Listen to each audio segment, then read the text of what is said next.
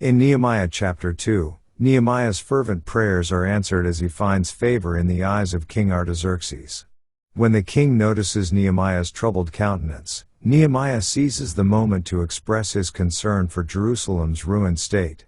With courage bolstered by faith, Nehemiah requests permission to return to Jerusalem to rebuild its walls. Remarkably, the king not only grants Nehemiah's plea but also provides him with resources and official letters to ensure safe passage and support for his mission. Upon arriving in Jerusalem, Nehemiah wastes no time in assessing the damage. Under the cloak of night, he inspects the broken walls and gates, taking stock of the immense task ahead. With unwavering determination and inspired leadership, Nehemiah rallies the people to join him in the monumental effort to restore Jerusalem's defenses. He shares his vision with the city officials, priests, and inhabitants, stirring their hearts with a renewed sense of purpose and hope for the future. Despite facing opposition and ridicule from neighboring officials, Nehemiah remains steadfast in his resolve. He wisely strategizes and organizes the labor force, assigning specific roles to each group for maximum efficiency. Nehemiah's unwavering faith in God's providence and his unwavering commitment to the task at hand inspire the people to overcome obstacles and press forward in the face of adversity. Through Nehemiah's leadership and the collective efforts of the people, the groundwork is laid for the miraculous restoration of Jerusalem's walls, a testament to God's faithfulness and the power of unity and purpose. Let's now read Nehemiah chapter 2. And it came to pass in the month Nisan, in the 20th year of Artaxerxes the king, that wine was before him, and I took up the wine, and gave it unto the king. Now I had not been before time sat in his presence. Wherefore the king said unto me, Why is thy countenance sad, seeing thou art not sick? This is nothing else but sorrow of heart. Then I was very sore afraid. And said unto the king, Let the king live forever. Why should not my countenance be sad, when the city, the place of my father's sepulchres, lieth waste, and the gates thereof are consumed with fire? Then the king said unto me, For what dost thou make request? So I prayed to the God of heaven.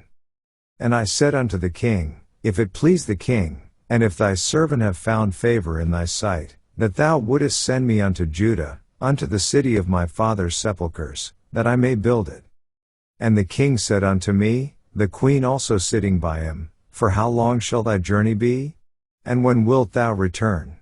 So it pleased the king to send me, and I set him a time. Moreover I said unto the king, If it please the king, let letters be given me to the governors beyond the river, that they may convey me over till I come into Judah. And a letter unto Asaph the keeper of the king's forest, that he may give me timber to make beams for the gates of the palace which appertain to the house, and for the wall of the city, and for the house that I shall enter into. And the king granted me, according to the good hand of my God upon me. Then I came to the governors beyond the river, and gave them the king's letters. Now the king had sent captains of the army and horsemen with me. When Sanballat the Horonite, and Tobiah the servant, the Ammonite, heard of it, it grieved them exceedingly that there was come a man to seek the welfare of the children of Israel. So I came to Jerusalem, and was there 3 days. And I arose in the night, I and some few men with me, neither told I any man what my God had put in my heart to do at Jerusalem, neither was there any beast with me, save the beast that I rode upon.